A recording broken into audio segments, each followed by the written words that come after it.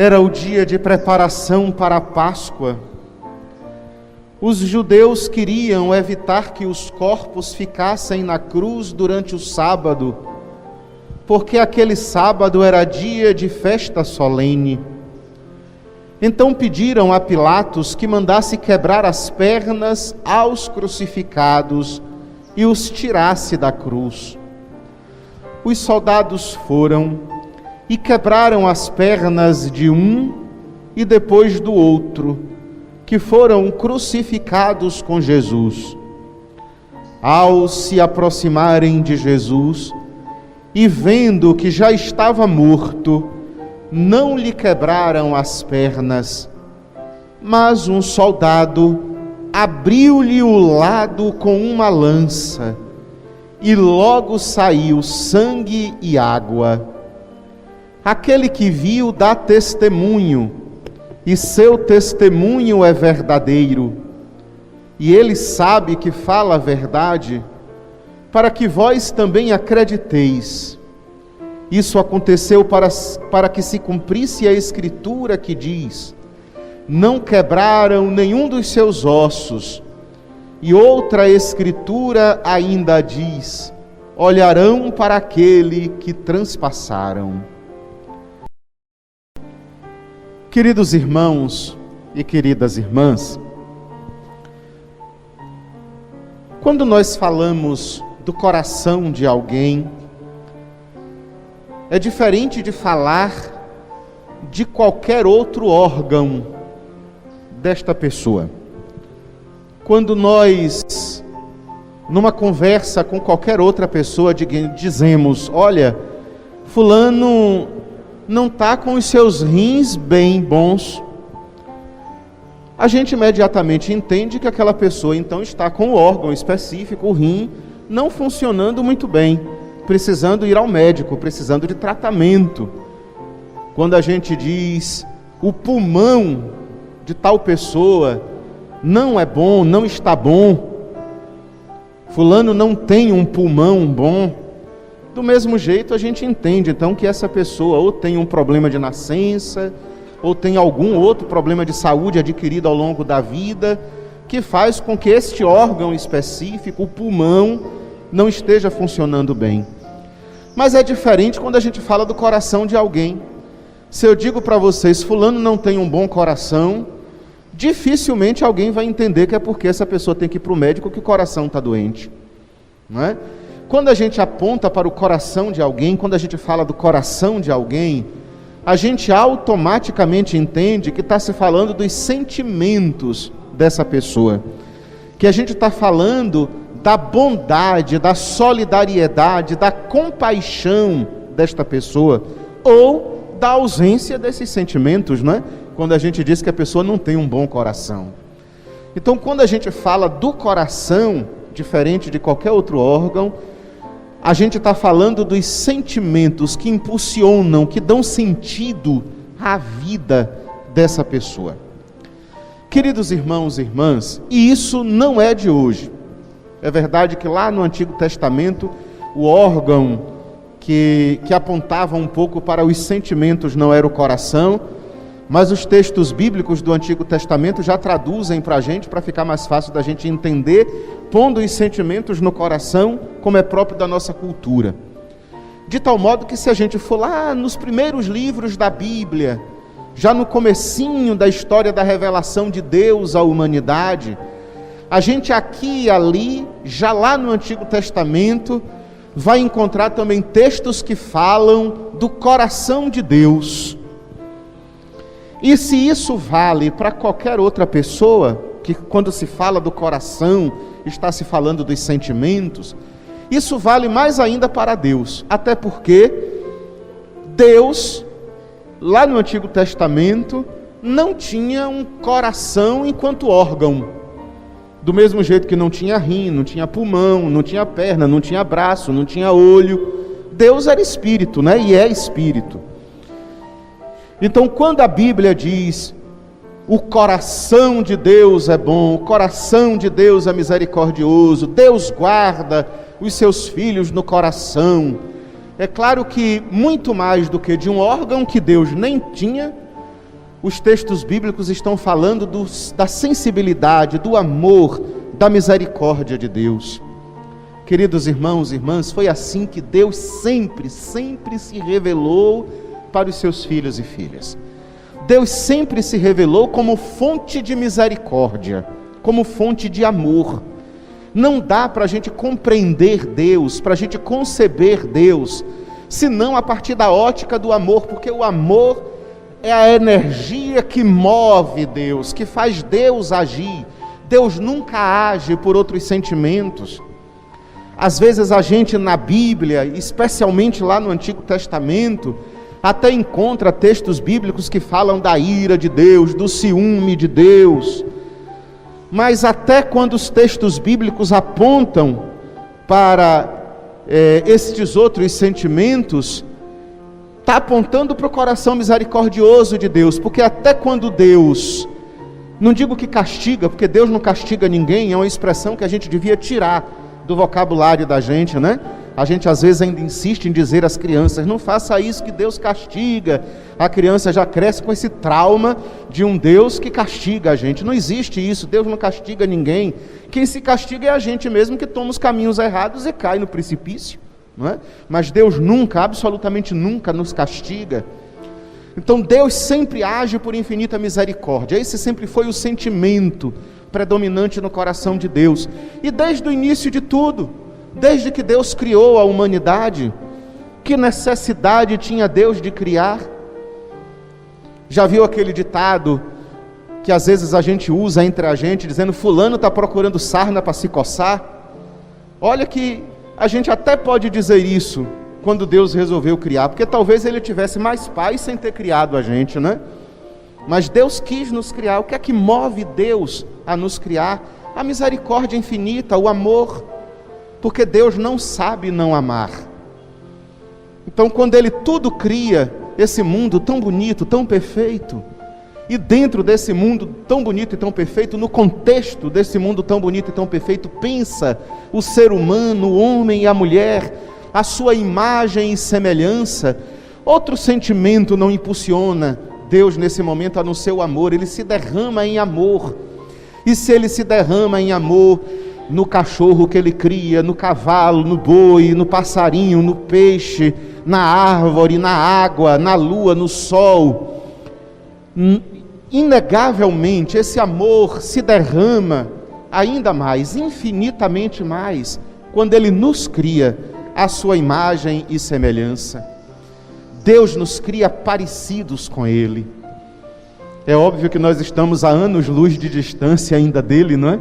Mas Ele nos cria parecidos com Ele, porque Ele nos cria pessoas individuais, indivíduos únicos, porque Ele nos cria capazes de decidir com livre arbítrio, como a gente chama, coisa que a gente não encontra em nenhum outro ser.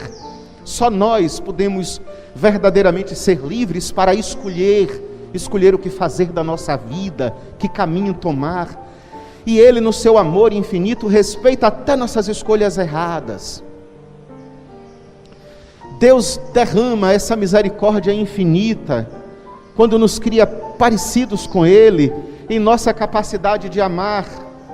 É verdade que a gente também está a anos-luz de amar como Deus ama, mas ainda somos, de tudo que Ele criou, o único ser capaz do amor, o único.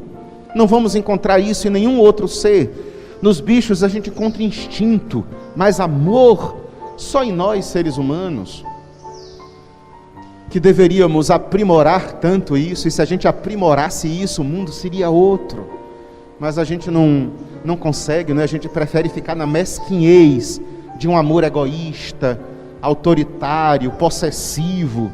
Quando a gente ama, a gente quer ser dono, a gente quer tomar conta. Mas inegavelmente, irmãos e irmãs, de tudo que Deus criou, nós somos as criaturas em que Ele mais derramou infinitamente o seu amor. Nós somos, então podemos dizer, aqueles e aquelas que tomam conta do coração de Deus, que preenchem o coração de Deus. E é assim, por amor, que Deus resolve Olha até que ponto pode chegar o amor de Deus. Tem uma música de Roberto Carlos que diz isso, né? Uma música que não é das mais conhecidas dele, mas muito bonita, uma música chamada Você Não Sabe, que diz isso: você não sabe até onde chegaria amor igual ao meu, você não sabe do que eu sou capaz por amor. Eu às vezes tenho a impressão que Roberto Carlos não fez essa música pensando numa mulher, numa namorada, numa esposa, mas fez pensando no amor de Deus por nós, porque o amor de Deus por nós é assim, a gente não sabe até onde é capaz de chegar esse coração extraordinário de Deus. E chegou ao ponto de Deus que é grande, que é infinito, que não tem tamanho, que não cabia em lugar nenhum de tão grande que é, e não cabe em lugar nenhum, chegou ao ponto de, por amor, para nos mostrar até onde o seu amor é capaz, Deus tomou para si um corpo humano, assumiu, na segunda pessoa da Trindade, no seu Filho, a condição humana, tomou para si um corpo, com perna, cabeça, braço, olho, rim, pulmão e, claro, coração. Se até então o coração de Deus era filosófico, era ilusório, né? Era fabuloso, a gente não, era utópico, a gente não podia pegar, não podia ver, não podia tocar. Mas na hora que ele assume a condição humana, que ele se faz um de nós, o coração de Deus se torna palpitável. A gente pode tocar, pegar, a gente pode ver bater o coração de Deus na pessoa do seu Filho. E o coração de Deus bateu no ventre de Nossa Senhora, no ventre de Maria. Isso é bonito demais, gente.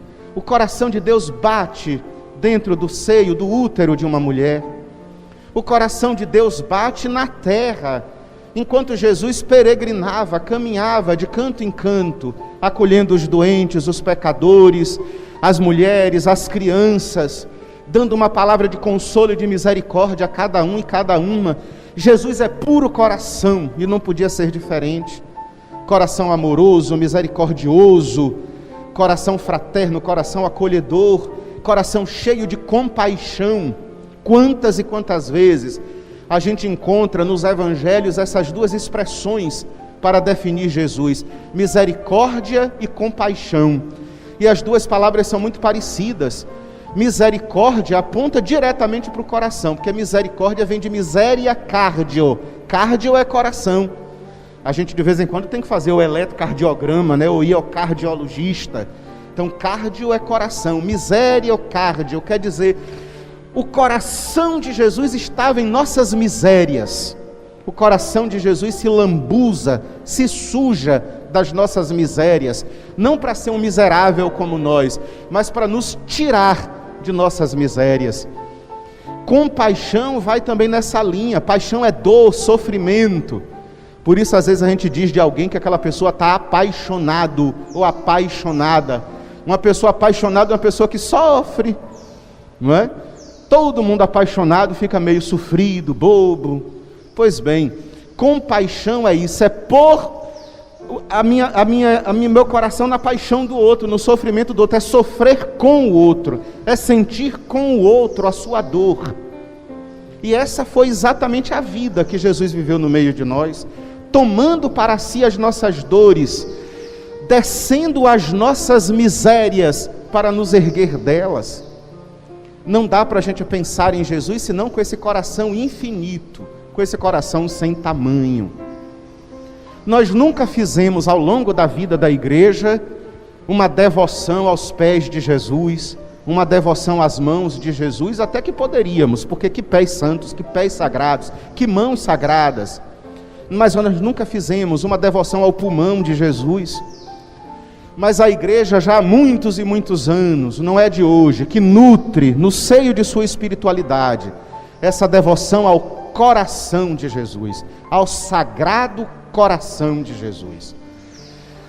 Olhar para o sagrado coração de Jesus é olhar para aquilo que determina o mais profundo do seu ser, é olhar para o seu amor infinito, para o seu amor que não tem como ser calculado, é nos tornarmos desejosos de cada vez mais morar neste coração, fazer parte deste coração e o que é mais ousado da nossa parte, nos tornarmos imitadores desse coração. Porque, sem sombra de dúvida, ser cristão é ser imitador de Cristo. Não tem outro caminho. Às vezes, quem nos olha de fora faz muita crítica, e com razão, porque a gente nem sempre consegue ser imitador, imitadora de Cristo, e nosso jeito de nos relacionar com os outros, às vezes dentro da própria comunidade, e muitas vezes em outros ambientes, família, trabalho, falta da nossa parte esse testemunho. Mas, mesmo que nos falte muitas vezes esse testemunho, mesmo que muitas vezes falhemos nesse profundo propósito de sermos imitadores do coração de Jesus, ainda assim é isso que nos move, ainda assim é isso que nos faz cristãos. E nós vivemos nossa vida de cristãos buscando cumprir esse propósito, da hora em que recebemos o batismo até o último suspiro da nossa vida.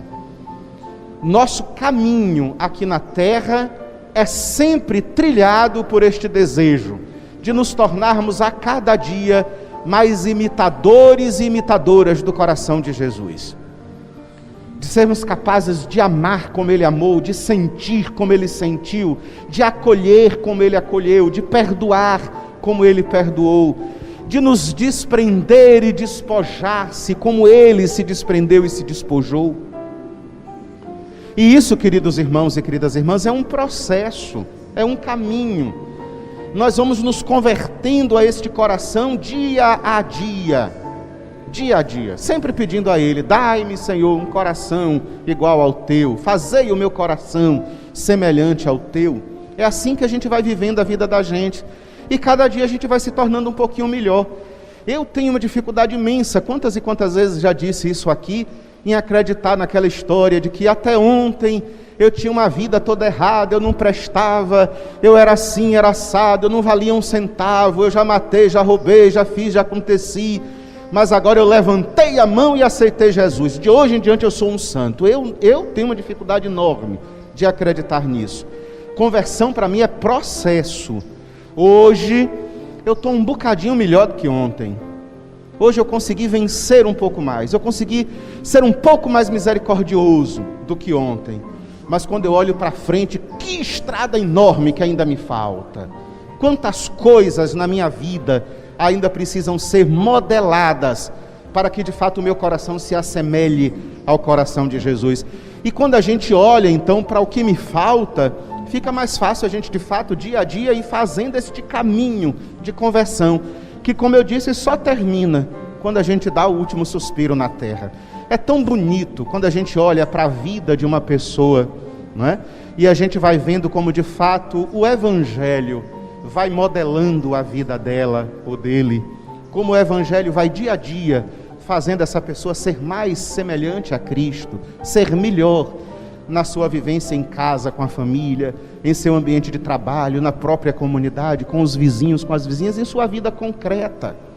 Seja lá qual for a vida que essa pessoa viva, o contexto de trabalho, de família, de sociedade que essa pessoa viva, mas ela vai aí se fazendo melhor dia a dia. Esse compromisso, queridos irmãos e queridas irmãs, é do apostolado da oração, mas não é só do apostolado da oração. Quantas e quantas vezes já disse isso também, que essa jaculatória devia ser rezada sempre pela igreja inteira, e não só pelo apostolado. Coração de Jesus, manso e humilde de coração, fazei o nosso coração semelhante ao vosso, fazei o meu coração semelhante ao vosso. É o nosso grande propósito, é a nossa grande busca, é nosso caminho para o céu.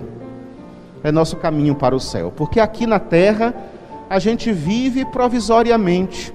Hoje tem irmãos nossos aqui, conhecidos da nossa comunidade, rezando por seus familiares que já partiram, que já encerraram a sua caminhada na terra.